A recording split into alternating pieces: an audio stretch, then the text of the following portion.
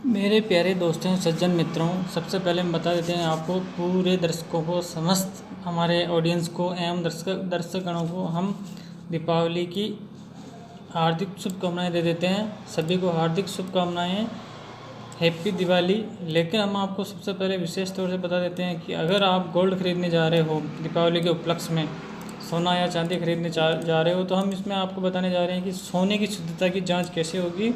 और अभी भारत सरकार हॉलमार्क और सोने के शुद्ध गहने कैसे आप ले पाओगे, उसकी हम थोड़ी सी जानकारी दे देते हैं। तो इसमें सरकार ने हॉलमार्क तय किया है और कैरेट में इसको मापा जा सकता है। तो शुद्ध सोना 24 कैरेट का होता है। 24 कैरेट सोना शुद्ध होता है, शुद्ध सोना होता है कैरेट 24 का। तो उसके बाद में आप 24 कैरेट सोने को कैसे मापोगे? जैसे आपने कोई गहना ख़रीदा है, उसके ऊपर 988 लिखा हुआ है। क्या लिखा हुआ है? 988, या और भी कुछ हम बता देते हैं आपको हल्का सा।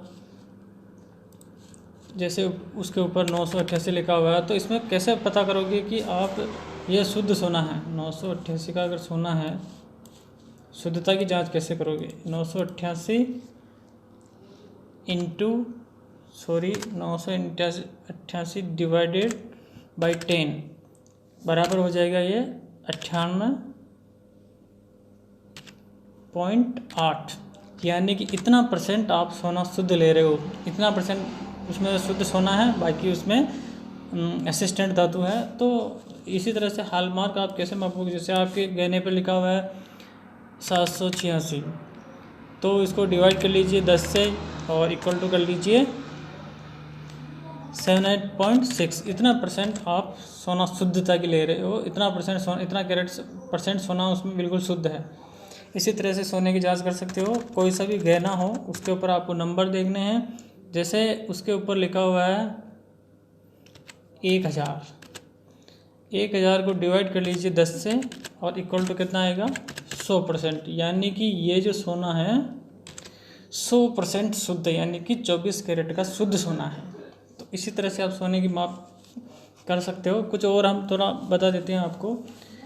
सोना एक कीमती धातु इसलिए है, इसकी गुणवत्ता और शुद्धता को लेकर हमारे दिमाग में कई तरह के सवाल खड़े होते हैं। पहला सवाल तो ये है कि शुद्ध सोने की पहचान कैसे की जाए? आप किसी ठग से ठगी तो नहीं जाए। अगर आप एक जागरूक उपभोक्ता हैं तो आपको घबराने की जरूरत नहीं है। बस आपको सोने के आभूषणों की खरीदारी के समय कुछ बातों का ध्यान रखना है। इसमें हॉलमार्क बता देते हैं हम आपको। हॉलमार्क में दिए गए नंबर से पता चलता है कि जिस ज्वेलरी में कितना प्रतिशत सोना इस्तेमाल हुआ। अगर ज्वेलरी पर 375 नंबर अंकित है तो वह 37.5% शुद्ध सोना है। वही अगर 585 नंबर दिख रहा है तो 58.5% शुद्ध सोना है। ऐसे आप माप सकते हो। हॉलमार्क पहचानने के जो आपके प्रमुख तरीके रहेंगे क्या क्या हैं? हॉलमार्क किससे पहचान सकते हो आप?